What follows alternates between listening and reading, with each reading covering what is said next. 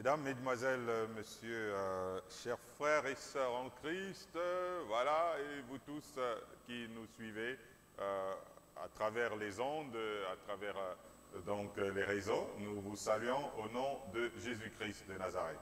Voilà, nous sommes bien sûr à Gospel Time, donc New Life, et puis nous vous savons gré avec nous, et puis nous sommes heureux d'être là pour parler une fois de plus de la part de notre Seigneur Jésus-Christ de Nazareth. Donc, Gospel Time New Life, c'est une émission du ministère Christianisation des Nations. Et donc, nous répondons à plusieurs numéros, comme le 699 52 60 40 ou le 614 59 80 06, surtout par WhatsApp, quand vous pouvez le faire. Donc, ça vous permettra de pouvoir assister, bien sûr, à l'émission avec nous. Dans cette émission, je suis assisté par beaucoup de personnes. Donc, nous avons des gens à la technique, à la réalisation, Emmanuel Dame, à la caméra, Arnaud Kibeng, dont derrière pour la gestion du son, Herman Gunté, avec d'autres frères dans la salle qui nous suivent comme ça en direct.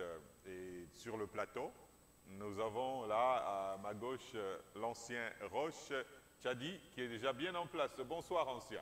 Bonsoir révérend prophète apostolique. Alors l'ancien, comme vous le voyez un peu là, donc il sort du sport pour tout dire. Hein. Voilà. Comment ça va ancien? Par la grâce de Dieu le Seigneur nous soutient. Voilà, bien passé la journée et tout ça. Oui, par la grâce de Dieu. Voilà, donc vous pouvez aussi voir à ma droite là le pasteur Honoré Essomba qui est déjà bien en place aussi. Bonsoir prophète apostolique, bonsoir à l'ancien Roche et bonsoir à la merveilleuse équipe de Gospel Time New Life et surtout bonsoir à vous merveilleux auditeurs et cyber-auditeurs de Gospel Time New Life. Voilà, donc le pasteur Honoré il sort d'un rallye, un rallye de prière et c'est pour cela que bien sûr nous avons besoin qu'il nous confie comme ça au Seigneur en direct. Éternel notre Dieu, nous te bénissons, Seigneur, parce que tu es fidèle, Seigneur de gloire. Tu es plus fidèle que nous et nous essayons simplement de l'être aussi par rapport à l'œuvre que tu nous as confiée. Nous voulons donc te confier ce moment que nous nous apprêtons à passer devant ta face et surtout en face de ce peuple que tu as disposé d'avance, avant la fondation du monde, pour recevoir ce que tu as préparé pour aujourd'hui. Saint-Esprit de Dieu, nous te supplions tout simplement de disposer les cœurs des uns et des autres, afin que ce dépôt que notre Seigneur va faire aujourd'hui dans leur cœur soit esprit et vie et qu'ils en soient transformés afin que ton nom soit glorifié au siècle des siècles. C'est au nom de Jésus-Christ, ton Fils notre Seigneur, que nous avons prié. Amen. Amen. Donc ainsi soit-il. Là, nous sommes tout de suite dans cette émission, nous rappelons Gospel Time New Life et bien entendu, c'est aussi une émission avec beaucoup de gospel music. Et tout de suite, nous allons, de côté de la régie, demander de la musique, comme ça que vous pouvez apprécier avec nous. Un peu de musique, merci.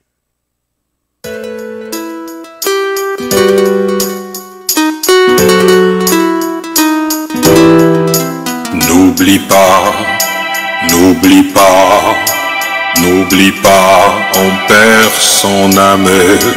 N'oublie pas, n'oublie pas, n'oublie pas, on perd son âme.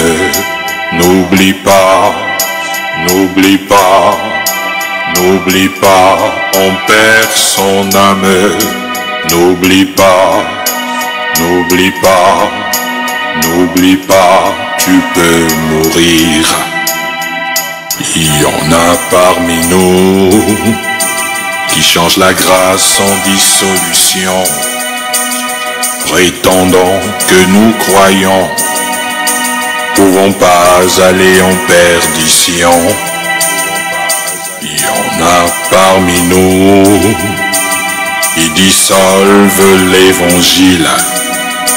Que servirait-il de gagner ce monde si l'on doit perdre son âme?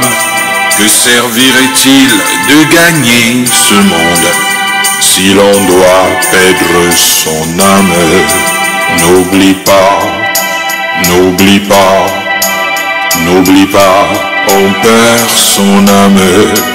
N'oublie pas, n'oublie pas, n'oublie pas, on perd son âme. N'oublie pas, n'oublie pas, n'oublie pas, tu peux mourir. N'oublie pas, oh, n'oublie pas, n'oublie pas, tu rendras compte.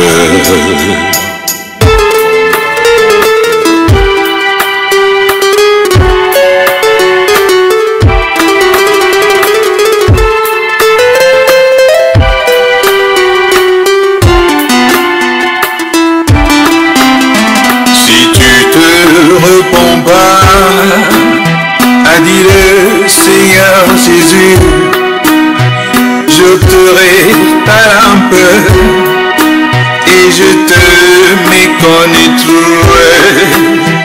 Quiconque vaincra, j'effacerai pas son nom. Heureux celui qui veille se prépare afin d'être banni.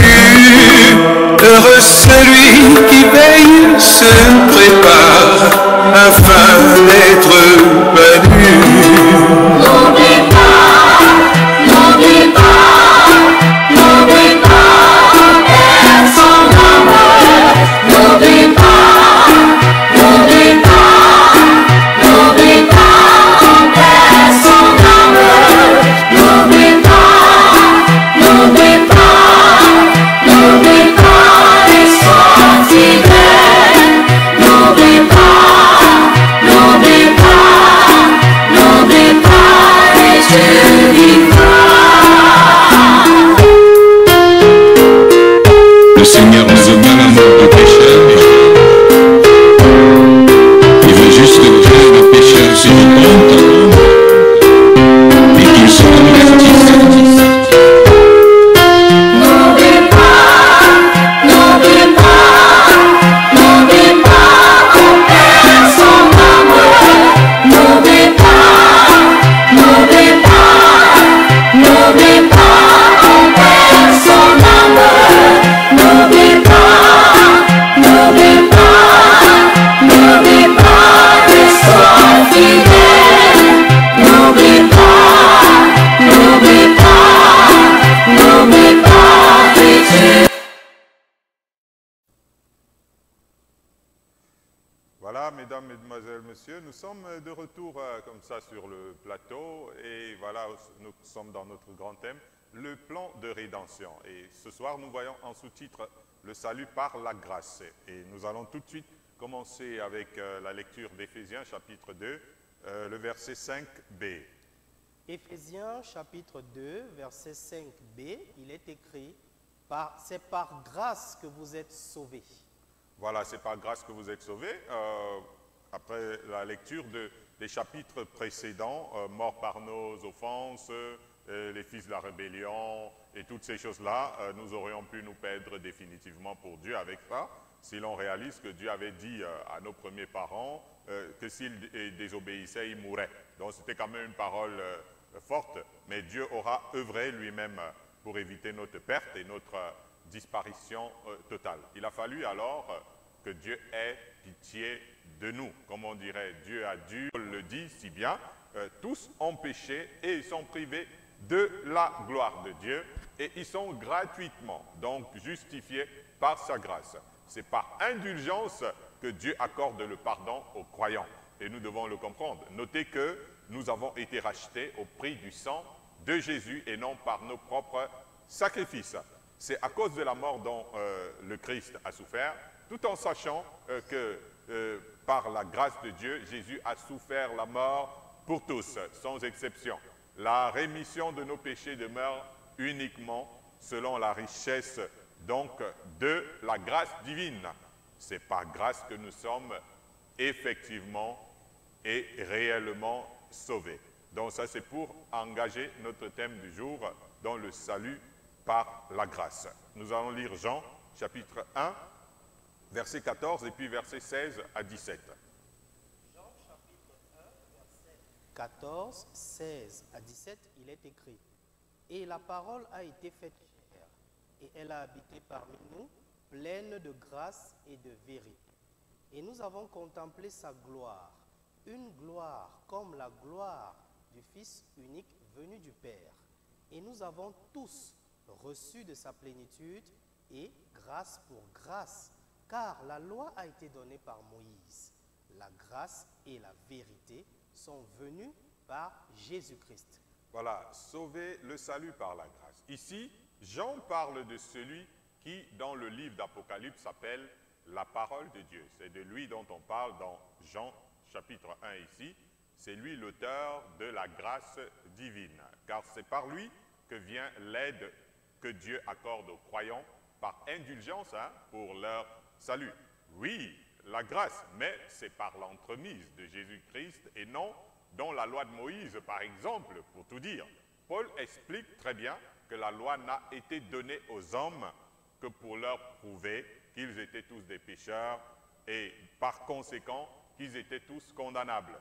Elle a démontré l'abondance du péché dans le monde, la loi, mais au lieu de la condamnation, comme le dit encore l'apôtre Paul, là où le péché a abondé, la grâce a surabondé.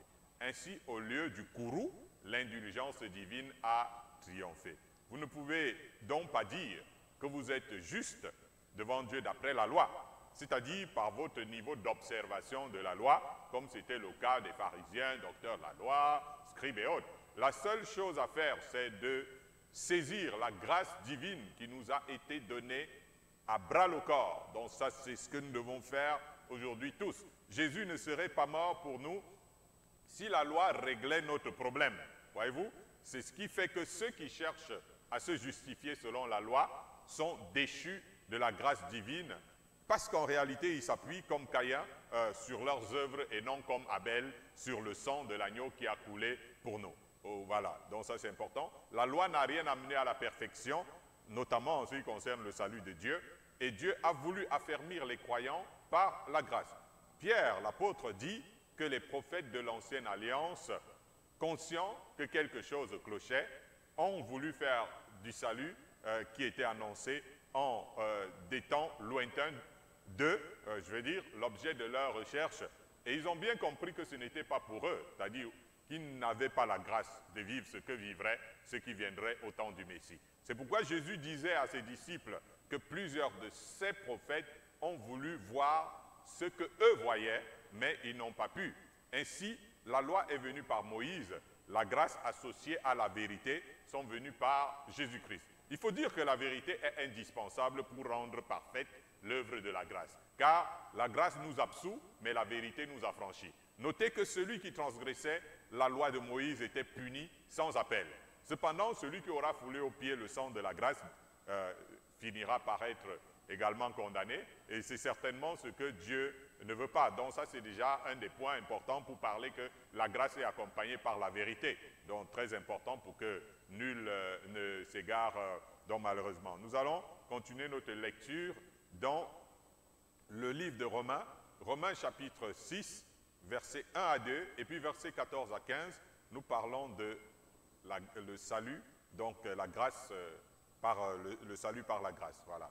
Donc Romains 6, 1 à 2, 14 à 15. Épître de Paul aux Romains, chapitre 6, versets 1 à 2. Que dirons-nous donc?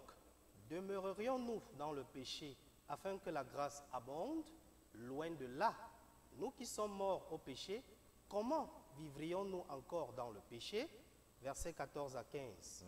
Car le péché n'aura point de pouvoir sur vous, puisque vous êtes non sous la loi, mais sous la grâce. Quoi donc? Pécherions-nous parce que nous sommes non sous la loi, mais sous la grâce? Loin de là.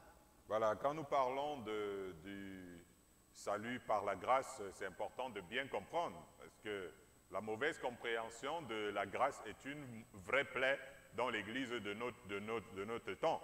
Au nom de la grâce, beaucoup demeurent dans une vie de péché. Ils oublient que le péché a été condamné dans la chair au travers de Christ, afin que nous ne vivions plus selon le péché. Dire qu'on doit vivre dans le péché parce que nous sommes déjà absous est une aberration dans l'entendement des croyants qui leur coûtera très cher. Je dis bien qui va coûter très cher. L'œuvre de la grâce détruit le pouvoir du péché sur nous parce que la grâce accomplit une œuvre. Le péché n'aura plus de pouvoir sur vous parce que vous êtes sous la grâce, dit l'apôtre Paul. C'est par la grâce que le péché qui dominait sur nous perd son pouvoir. C'est par la grâce. Si vous vivez toujours dans le péché après avoir cru, alors l'œuvre de la grâce n'est pas encore pleinement accomplie en vous, puisque le péché ne peut plus avoir de pouvoir sur celui en qui l'œuvre de la grâce a été accomplie. Paul dit aux frères de Corinthe de ne pas recevoir la grâce divine en vain. La grâce, par rapport au péché, n'est pas juste une question d'absolution, mais c'est une aide, un temps favorable de secours divin pour que nous puissions en sortir. C'est pour cela que la grâce vient avec le salut. Vous voyez? C'est la mauvaise compréhension de l'évangile de la grâce qui fait aujourd'hui que les scandales se multiplient parmi le peuple de Dieu. Et les œuvres du ministère deviennent des objets de blâme. Paul demande à Timothée non pas de demeurer faible à cause de la grâce, mais de se fortifier plutôt dans la grâce de Dieu en Christ. Non seulement le péché perd son pouvoir sur celui qui est sous la grâce, mais on se fortifie également contre le péché par la grâce divine. Jude a donné cet avertissement que je récidive à l'église de notre temps. Il s'est glissé parmi vous certains hommes dont la condamnation est écrite depuis longtemps, des impies qui changent la grâce de notre Dieu en dissolution.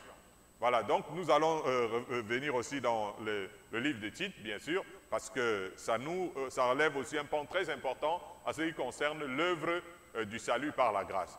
C'est dans Tite, chapitre 2, le verset 11 à 12. Tite, chapitre 2, verset 11 à 12, il est écrit « Car la grâce de Dieu, source de salut pour tous les hommes, a été manifestée. Elle nous enseigne à renoncer à l'impiété et aux convoitises mondaines et à vivre dans le siècle présent selon la sagesse, la justice et la piété. » Voilà, j'ai parlé tout à l'heure de l'œuvre de la grâce, c'est-à-dire la grâce qui est la vérité, le fondement, la source du salut, et dit que la grâce de Dieu nous enseigne à renoncer à l'impiété. Alors, quelle est cette compréhension que nous avons à l'Église? La grâce de Dieu nous enseigne à renoncer aux convoitises mondaines. Voilà ce que l'apôtre Paul enseigne ici, et à vivre dans le siècle présent selon la sagesse, la justice et la piété. Voilà ce que la grâce de Dieu apporte. Je pose la question de savoir de quoi nous sommes sauvés. Quand nous disons que nous sommes sauvés de quoi? De quoi Jésus est-il venu nous sauver? C'est une question que chacun doit se poser. N'est-ce pas de nos péchés? Parce que ce sont les péchés qui nous ont amenés à la mort. Jésus, il est venu nous sauver de nos péchés. La source de notre salut, c'est la grâce de Dieu. Cette grâce nous enseigne, comme le dit bien Paul plus haut, à renoncer aux convoitises mondaines et à vivre dans ce monde selon la sagesse, la justice et la piété. La grâce ne nous enseigne pas à vivre dans le désordre, comme l'apôtre Paul tient à le relever ici à son disciple Tite. Nous ne sommes donc pas appelés à vivre dans le désordre au nom de la grâce. Bien au contraire, la sagesse, la justice et la piété doivent caractériser celui en qui l'œuvre de la grâce a été manifestée. L'apôtre Paul dit encore, donc dans un de ses passages, il dit « Ce qui fait notre gloire, c'est ce témoignage de notre conscience, que nous nous sommes conduits dans le monde et surtout à votre égard avec sainteté et pureté devant Dieu, non point avec une sagesse charnelle, mais avec la grâce de Dieu. » L'apôtre Paul va dire que c'est la grâce de Dieu qui a fait que, ça dit qu'ils aient une conduite irréprochable, qui se conduisent avec sainteté, avec pureté. Donc, ce n'était pas la sagesse charnelle, c'était la grâce de Dieu qui les avait amenés à ce niveau. La grâce divine ne peut produire que des effets positifs. Voyez-vous? Donc des effets positifs. On ne peut pas être en train de vivre dans l'anarchie, dans le désordre, dans les souillures au nom de la grâce. Contrairement à ce qu'on voit chez certains imposteurs aujourd'hui dans la manière qu'ils ont à parler et à prêcher sur la grâce. Paul dit que la grâce divine les a amenés à une conduite sainte et pure aux yeux de tout le monde. Comment des gens souillés peuvent-ils prétendre avoir reçu la grâce divine? Ça, c'est quand même incroyable. C'est pour ça qu'il y a les scandales dans le monde. Donc Dieu nous récupère sales en réalité et sa grâce en nous nous conduit dans la sainteté et la pureté de vie. Sa grâce nous conduit dans la sainteté et la pureté de vie. C'est sur ces mots que nous allons marquer notre première pause dans notre édition de ce soir. Vous êtes bien sur Gospel Time New Life pour tous ceux qui viennent de nous rejoindre. Et à l'occasion de cette pause, justement, elle va nous permettre de déguster cette merveilleuse chanson du groupe Les Mélodies Célestes, intitulée Take Heart. C'est sous le leadership de Lisa Ruth Ndam.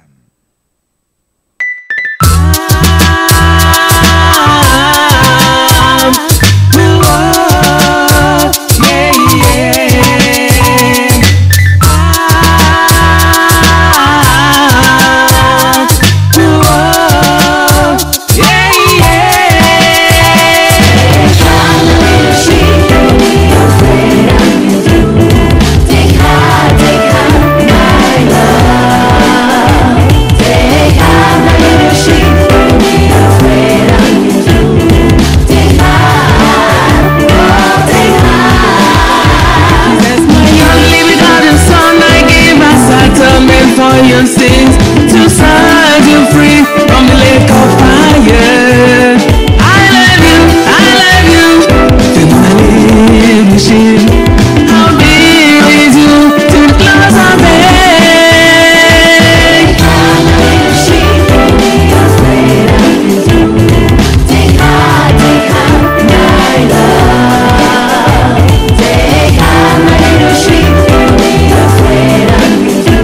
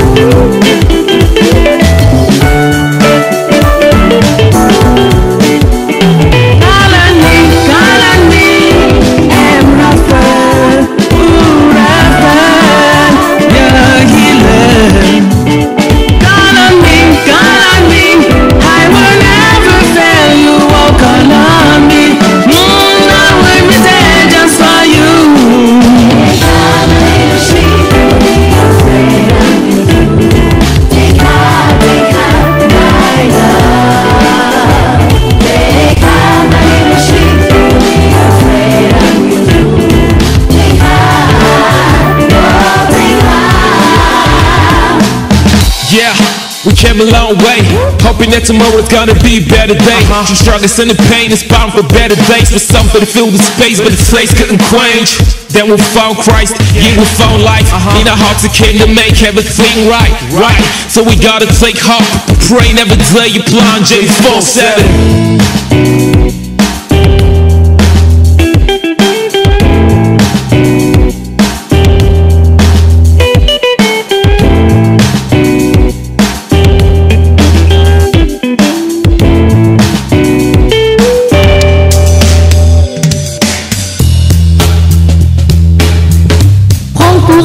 Dans la douleur, prends courage dans les épreuves, yeah. Prends courage, Dieu te soutient. Avec lui tu y arriveras. Take heart, my little sheep. Take heart, my little sheep. Take heart, my little sheep. My little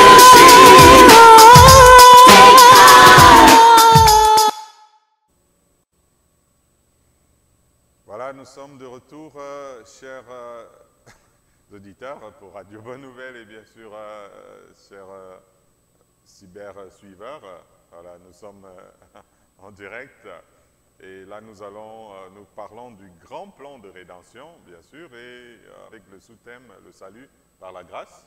Et tout de suite, nous allons apprendre la dernière moitié de notre émission, Jacques chapitre 1, verset 17.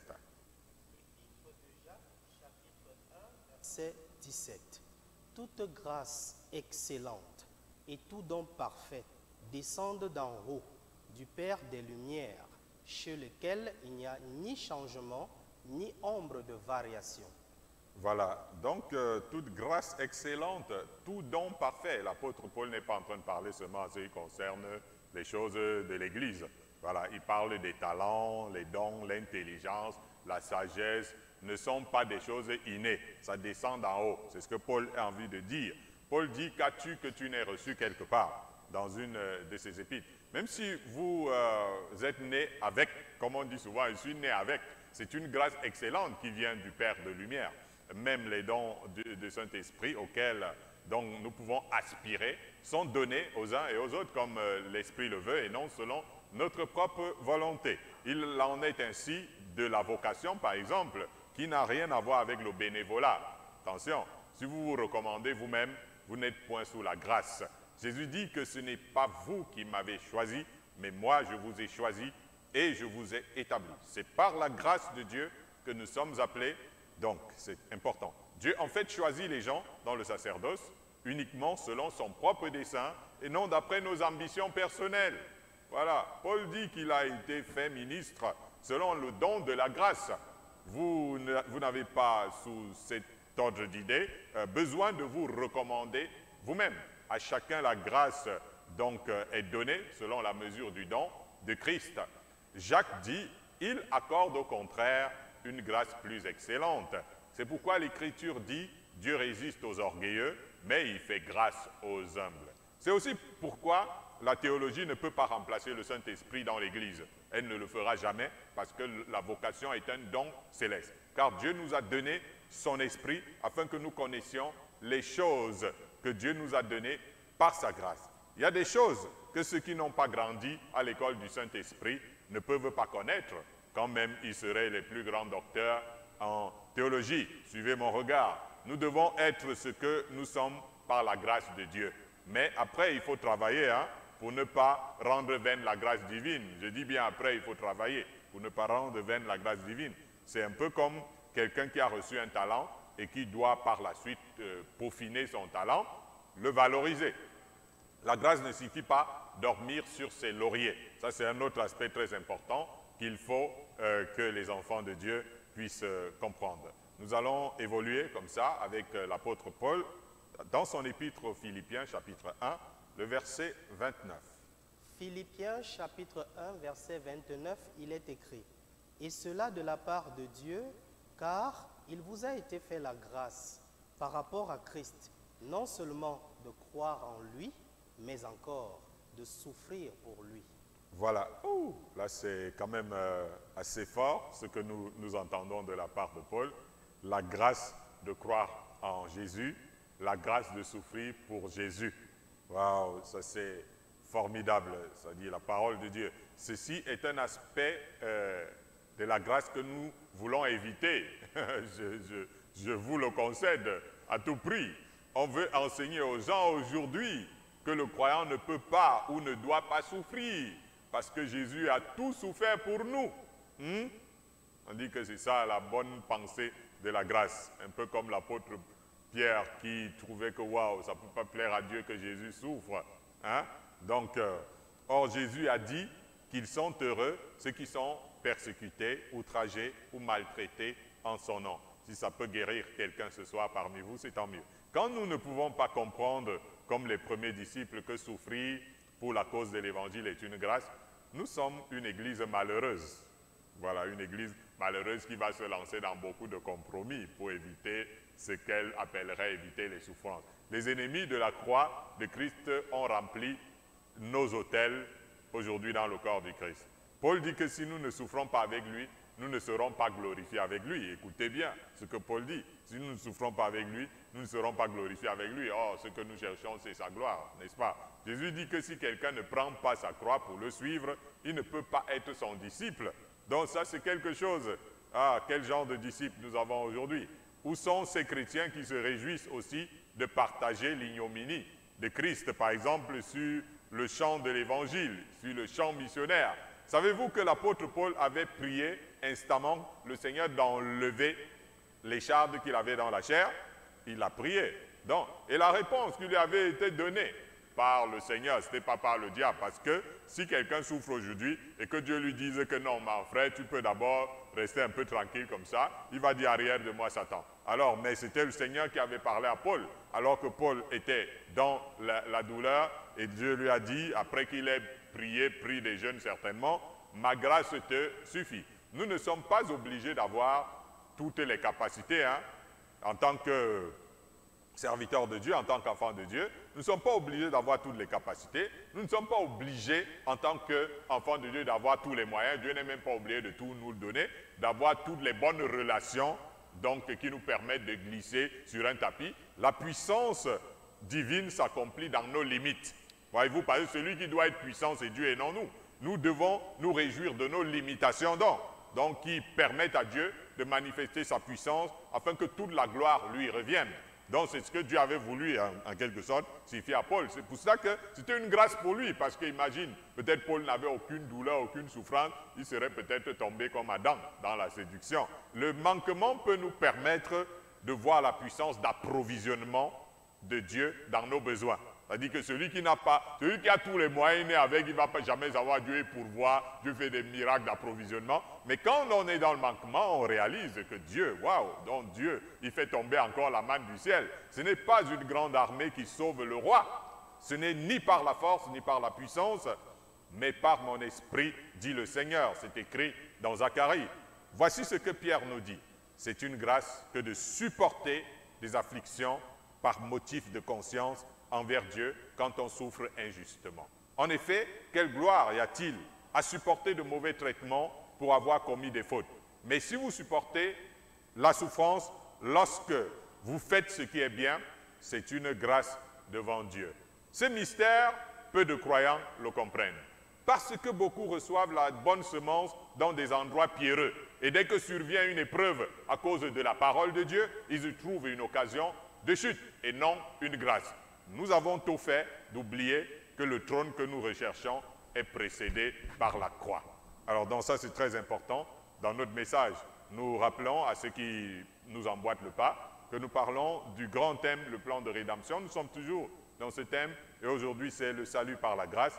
Et nous allons tout de suite chuter parce que même les plus belles choses doivent avoir une fin. Éphésiens chapitre 2, le verset 8. Éphésiens chapitre 2, verset 8, il est écrit « Car c'est par la grâce que vous êtes sauvés, par le moyen de la foi. Et cela ne vient pas de vous, c'est le don de Dieu. » Voilà, c'est par la grâce que vous êtes sauvés, par le moyen de la foi, cela ne vient pas de vous, c'est le don de Dieu. La grâce est disponible donc.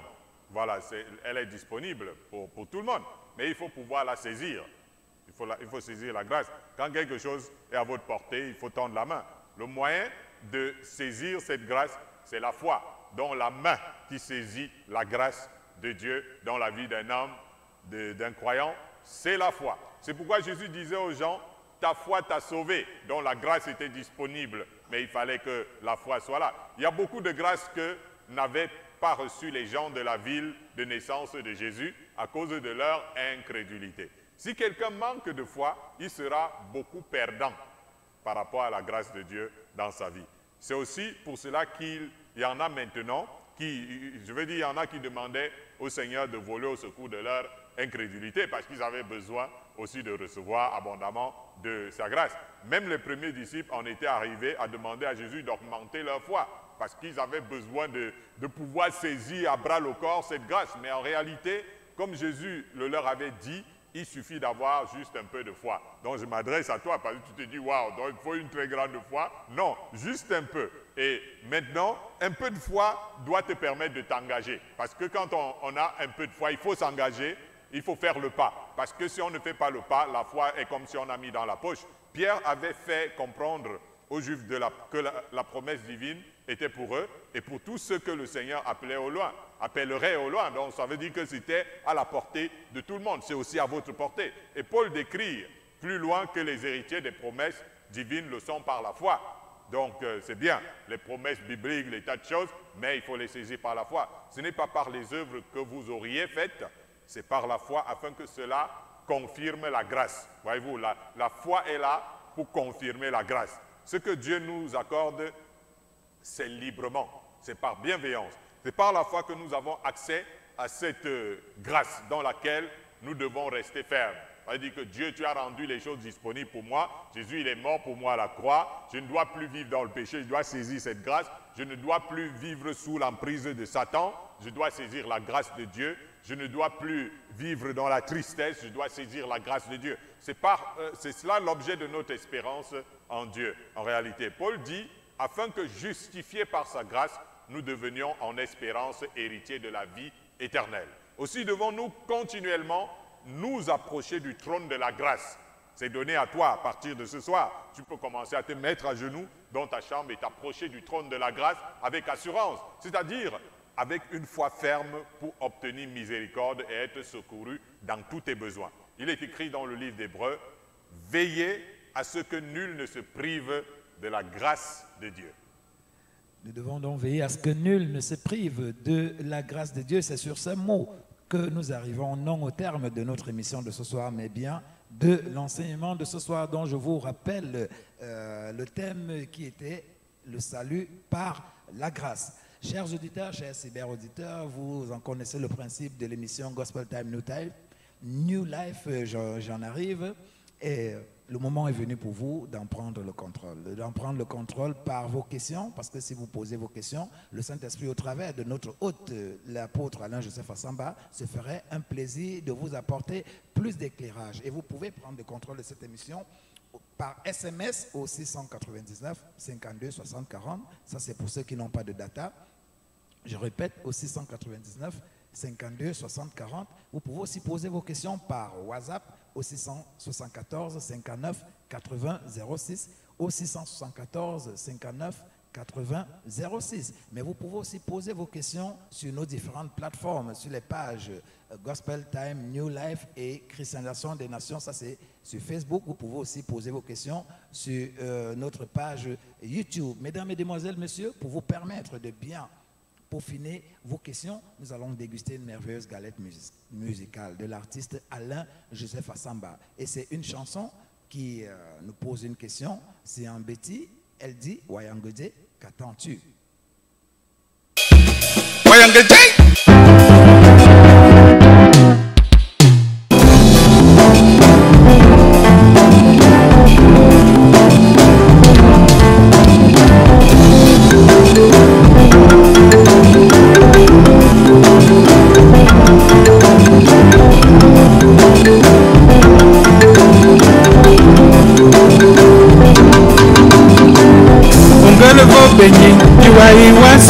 Amono wa me ontia iso wai tubeya ongale dingdinga iwai wasam amono wa me ontia iso wai tubeya ongale fo benyin kuwai wasam amono wa me ontia iso wai tubeya ongale dingmoni iwai wasam amono wa me ontia iso wai tubeya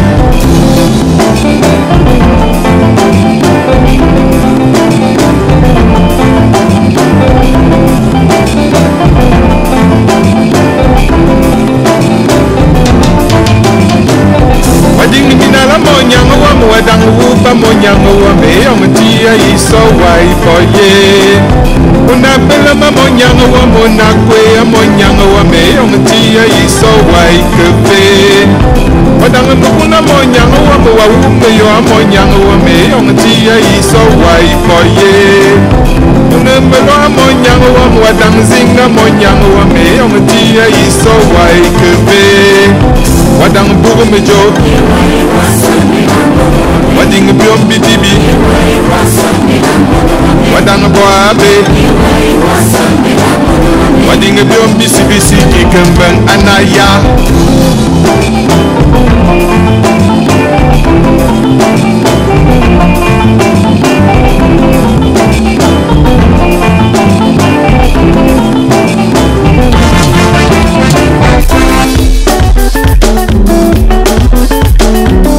Monyang wap sabi jema mande bola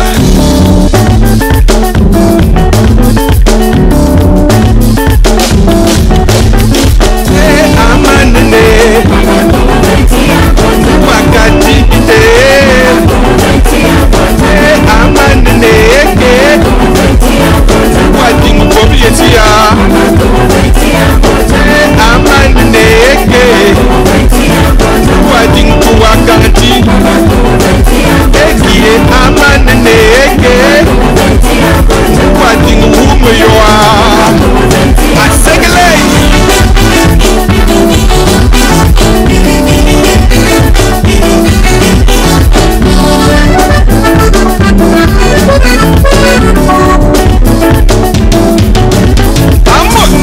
wayang kecil Inga wayang kecil Mana mampu wayang kecil Yemoro wayang kecil Yes Antara wayang kecil Mungkecil Amama wayang kecil Ingkecil Sua wayang kecil Yoyen wayang kecil Iya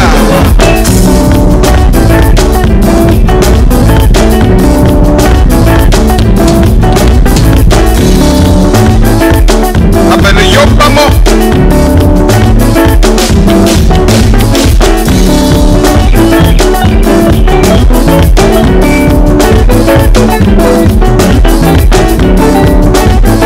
Chupa, chupa, chupa, chupa, chupa, chupa, chupa, chupa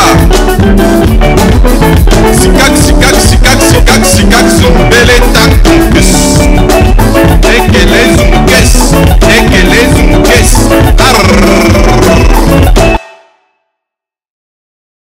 Mesdames, Mesdemoiselles, Messieurs, nous y sommes une fois de plus. J'espère que vous avez été très bénis. Là, nous pouvons lire Rosine Ngadunga. Bonsoir à tous les imminents serviteurs de Dieu sur le plateau. Gloire à Dieu pour la fidélité malgré les petits bobos de connexion suite aux coupures intempestives de courant électrique dans la capitale politique.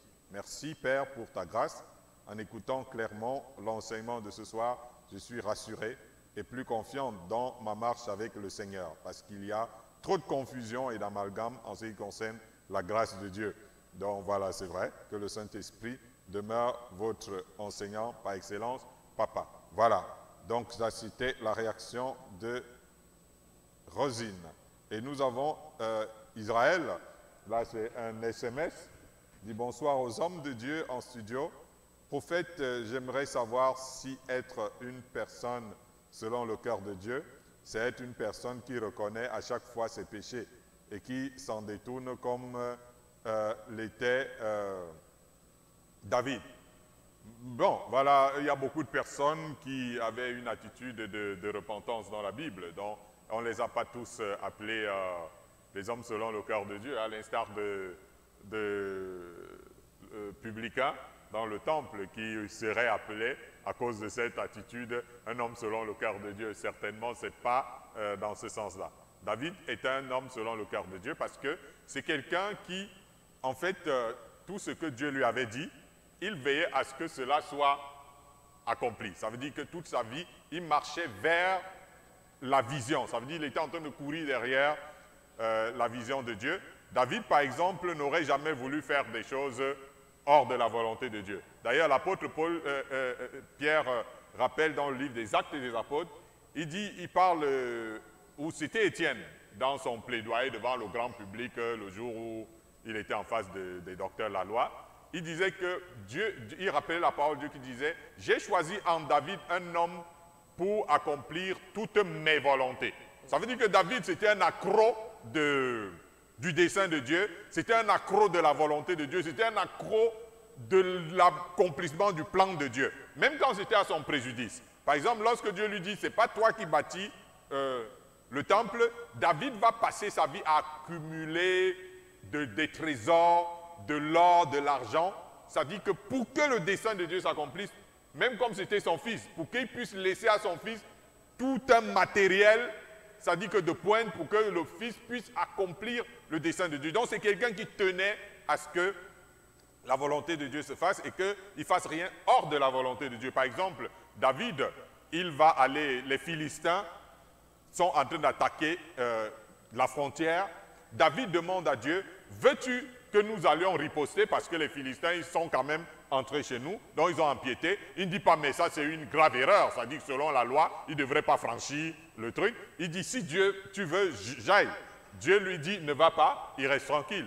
Lorsque Dieu lui dit, va, il se lève, il part attaquer les Philistins parce qu'il sait que dans cet ordre d'idées, Dieu est avec lui et qu'il aura la victoire. Donc c'est pour cela que David était un homme selon le cœur de Dieu. Et je pense que beaucoup de personnes sous cet entrefait peuvent devenir des hommes selon le cœur de Dieu. Les accros à la vision qui marchent derrière pour que chaque chose, chaque parole de Dieu, il faut que ça se réalise, etc. Donc ça c'est quand même quelque chose qui peut être donné à tous. Voilà. Oui, c'est sur avec ce merveilleux éclairage que nous venons d'avoir sur le surnom de l'homme selon le cœur de Dieu, que nous mettons un terme aux questions de ce jour, mais pas encore de notre émission, parce qu'il y a un événement extrêmement important. Un événement extrêmement important en cette fin de mois de mars. Et ça se passe au ministère Christianisation des Nations. C'est un très grand séminaire qui est conduit, qui sera conduit par l'apôtre Alain Joseph Assamba, et cela se passera au ministère Christianisation des Nations, au siège du ministère Christianisation des Nations qui est situé en Kolfoulou, sur la route de Soie, à côté de la Grande Syrie, en allant vers les Niettes des Polos. Les Niettes, c'est l'école normale des instituteurs de l'enseignement technique. Et ce sera le vendredi 24 à partir de 16h30, le samedi 25 à partir de 15h et le dimanche 26 à partir de 15h. Le thème sera disposition, faiblesse et force. Jusqu'où pouvons-nous aller avec Dieu? Mais je m'en voudrais de fermer cette émission alors que nous avons ici sur ce plateau le modérateur de ce grand séminaire, le conducteur de ce grand séminaire, sans lui poser une question. Prémisse, si nous pouvons avoir des prémices de ce séminaire, homme de Dieu, à quoi, aussi bien ceux qui pourront assister en présentiel ou alors même en direct sur nos plateformes, à quoi est-ce que ceux qui vont assister à ce séminaire pourront s'attendre? Voilà, les gens qui vont assister à ce séminaire, qui parle de force, faiblesse, disposition, jusqu'où nous pouvons aller avec Dieu, c'est déjà que il y a beaucoup de personnes qui déjà ont une limitation par rapport au fait qu'ils puissent, par rapport à leur naissance, par rapport à leur vie, ne pas aller jusqu'à un certain niveau avec Dieu. Donc il y a comme s'il y a comme ce voile qui demeure toujours quelque part. Il y a d'autres personnes qui se disent, voilà, ça veut dire que, c'est-à-dire, est-ce que, en tant qu'être humain, nous tous, nous pouvons devenir, c'est pas moi, atteindre le niveau de tel ou de tel, c'est-à-dire qu'aujourd'hui, là, dans notre contexte personnel, et aussi en lisant les Saintes Écritures, on va aussi remarquer de Genèse à Apocalypse qu'il y a eu des personnes qui ne sont pas allées loin avec Dieu. C'est-à-dire qu'ils ne sont pas allés loin avec Dieu. Il y a des raisons qui les ont poussés à ne pas aller loin avec Dieu. Il y a d'autres, donc, qui, comment je veux dire, ils ne sont pas allés jusqu'au bout, c'est-à-dire comme qui dirait au bout avec Dieu, par rapport aux attentes, aux alliances du départ, etc. Donc, les raisons, ce qui a fait que ça ne marche pas, etc. Et que nous pouvons tirer comme leçon à nous, qui sont parvenus à cette époque, pour que nous n'allions pas répéter les mêmes erreurs ou des choses pareilles. Il y en a qui ont eu c'est-à-dire qui ont fait le juste milieu. Ça veut dire qu'ils n'ont pas été dans tout ce que Dieu attendait d'eux. Ils ont eu un parcours un peu brouillon, c'est-à-dire que dans leur marche avec Dieu, en sorte que parfois même il y avait même une sorte de confusion au bout de leur ministère, de leur parcours terrestre, à cause de telle ou de telle situation, et ainsi de suite. Donc, ça, c'est des choses que nous serons amenés à voir, parce que Dieu nous appelle quelque part. Jésus dit, soyez parfaits comme votre Père céleste est parfait. Donc, ça veut dire que pour que nous puissions aller quelque part, il faut comprendre à partir de là où il y a eu des blocages, là où il y a eu des échecs et des choses pareilles, et puis aussi prendre les exemples des jusqu'au boutistes. Il y a quand même eu des personnes qui ont atteint toute la plénitude de tout le dessein que Dieu avait à accomplir avec eux dans leur parcours terrestre. Donc, nous pouvons à travers toutes ces choses-là, c'est-à-dire que voir ce que Dieu attend de nous, à partir de notre faiblesse, à partir de notre incapacité, à partir de nos limitations, est-ce qu'il est possible quand même de pouvoir atteindre des dimensions et des dimensions. Et nous allons aussi comprendre qu'il y a des personnes qui sont parties sur la base de rien, sur la base de zéro, et qui sont devenus des héros. Donc nous allons comprendre tous ces cheminements, ces aboutissements qui seront... C'est un séminaire qui ne concerne pas une assemblée, c'est un séminaire qui concerne même les plus grands dans le monde, les hommes de Dieu, parce que tout le monde voudrait quand même, au bout du compte, pouvoir dire qu'il a fait tout ce qu'il avait à faire et qu'il a pu atteindre le summum qu'il devait atteindre avec le Seigneur. Donc, ce séminaire, il est là pour ça, et donc pour moi, si quelqu'un n'a pas l'occasion dans cette vie de participer à ce séminaire, que ce soit en direct ou en différé, il sera quand même un peu perdant quelque part. Oui, vous avez anticipé sur ma prochaine question qui était de savoir qui était concerné par ce séminaire, mais quand on suit les éclaircissements que vous avez apportés, on se rend compte que ça ratisse vraiment large. On parle des hommes de Dieu, des vieux croyants et même des non-croyants. Des non-croyants, ça. Oui. Mesdames, Mesdemoiselles, Messieurs, chers frères et sœurs en Christ, je vous rappelle ce merveilleux événement. C'est un très grand séminaire qui est organisé par l'apôtre Alain-Joseph Assamba, qui se tiendra au siège du ministère Christianisation des Nations, qui est situé en Kolfoulou, ça c'est sur la route de Soie, à côté de la Grande Syrie, en allant du côté de l'Aignette de Polo. Et il se tiendra les vendredis 24, samedi 25 et dimanche 26. Le vendredi 24 mars 2023, ce sera à partir de 16h30.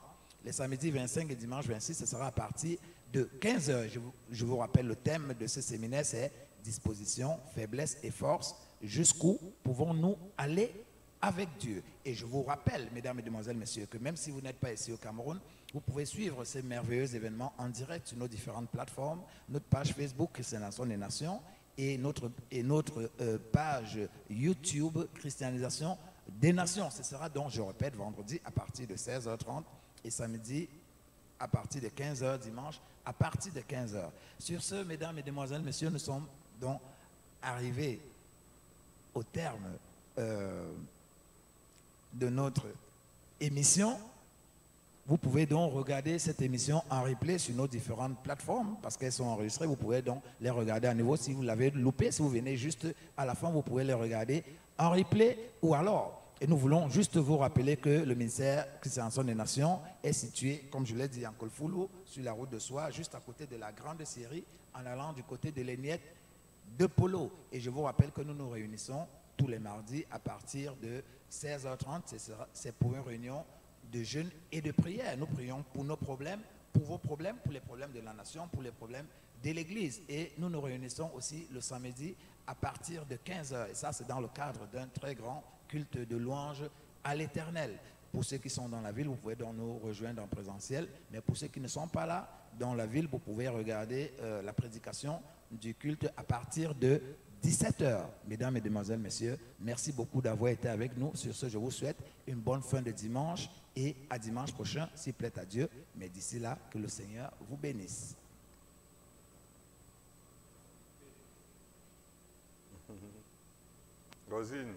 Rosine, quand quelqu'un est dans le flot, ça veut